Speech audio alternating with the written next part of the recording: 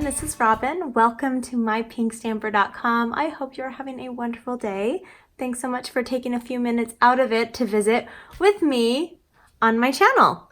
Okay, today I'm going to be making a super quick video for you showcasing the Everything Amazing stamp set. I need to make some quick cards for some of my amazing customers, and I like to make my cards in batches of 12. So I've already made up 12 of these cards, and I want to just make one quick for you and show you how simple it is when you need to get out, quite a few cards. You can change up this sketch or this design that I'm sharing with you, and you can change the colors up, you can change the stamp set out, and you can make it for any occasion. Mine is just going to be a great card for anyone, friends, family, neighbors. All right, and if you're new to my channel, I'm so happy to have you here. Welcome. Okay, so the first thing I'm going to do is I'm going to take a piece of our Whisper White cardstock. This is just a scrap piece that I'm using. And I'm going to be using my favorite Stampin' Up color, which is Melon Mambo. The stamps I'm using from this stamp set, I'm using the Amazing, and it has the lines, and then you can fill it in. I'm going to do You Are An, and then Amazing Friend. All right? I have this already on a block. Now, because I'm using our photopolymer stamp set, it doesn't have the cushion on it like a regular red rubber stamp set would have. So I'm going to grab just a Pierce mat to put underneath this.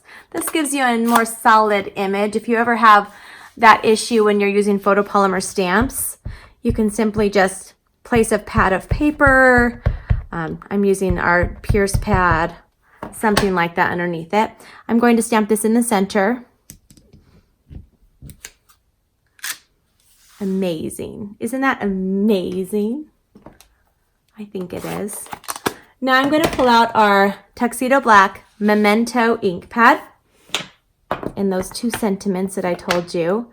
I'm doing You Are An. I'm going to stamp that right in here on the top. And then I'm going to stamp Friend on the bottom, just like that. Ta-da. Ta-da! All right, that's all the stamping for now. Now I'm going to pull out my die cutting machine.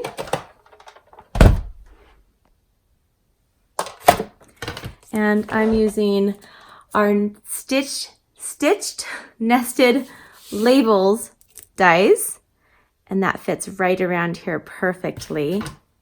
I'm just going to run this through.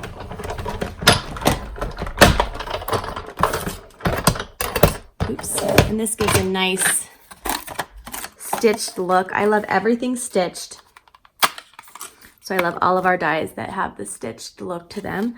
Now I'm going to take the same die, and I'm using a scrap of our basic black cardstock. And I'm going to cut the same shape.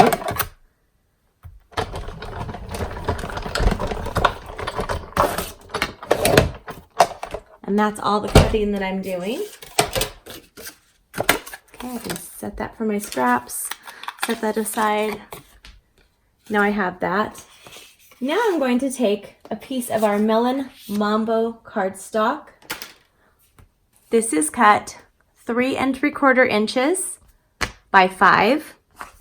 And I'm going to use our Simply Scored tool. This helps you to score your cardstock if you're doing fun, fancy folds, boxes, or just folding your card in half. This is great for that. I'm going to be, let me put it on the side so I can do this but easier for you. I'm going to be scoring it every 1/2 inch, and I'm using, there's 2 balls on your scorer. There's the smaller tip and the larger. I'm using the larger. I'm doing every 1/2 inch.